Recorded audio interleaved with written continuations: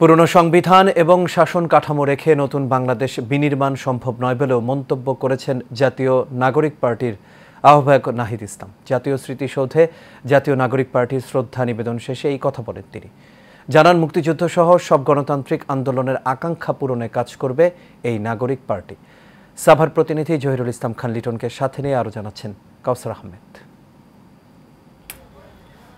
জাতীয় স্মৃতিসৌধে ৭১-এর বীর সেনানীদের প্রতি শ্রদ্ধা জানিয়ে রাজনৈতিক যাত্রার আনুষ্ঠানিক সূচনা করল জাতীয় নাগরিক পার্টি। শ্রদ্ধা নিবেদন শেষে গণমাধ্যমে কথা বলেছেন সংগঠনের আহ্বায়ক নাহিদ ইসলাম।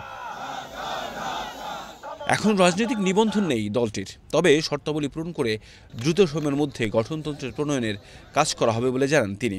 প্রথম লক্ষ্য হচ্ছে তার সাংগঠনিকভাবে কার্যক্রম বিস্তৃত করা, তৃণমূলে সাংগঠনিক কার্যক্রম বিস্তৃত করা এবং নিবন্ধন নিতে যেই ধরনের শর্তাবলী পূরণ করতে হয় সেই শর্তাবলী পূরণ করার দ্রুত সময়ের মধ্যে পূরণ করে আমরা নিবন্ধন কার্যক্রম আগাবো এ মাসের মধ্যে।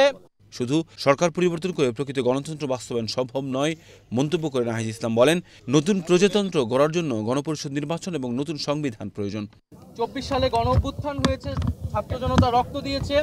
আমরা কেবল সরকার পরিবর্তন নয়, বরং শাসন কাঠামো সহ পুরো সাংবিধানিক পরিবর্তন করে নতুন একটি বাংলাদেশের যাত্রা শুরু করতে চাই, যেখানে প্রকৃত গণতন্ত্র, ইনসাফ এবং সাম্য নিশ্চিত করা সম্ভব হবে। আওয়ামী লীগের রাজনীতি প্রসঙ্গেও কথা বলেন নাহিদ ইসলাম। জানান, বিচারিক প্রক্রিয়ার মধ্য দিয়েই ফয়সালা হবে।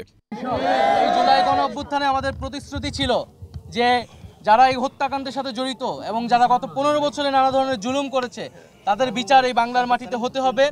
কাউসার আহমেদ, এশিয়ান টেলিভিশন।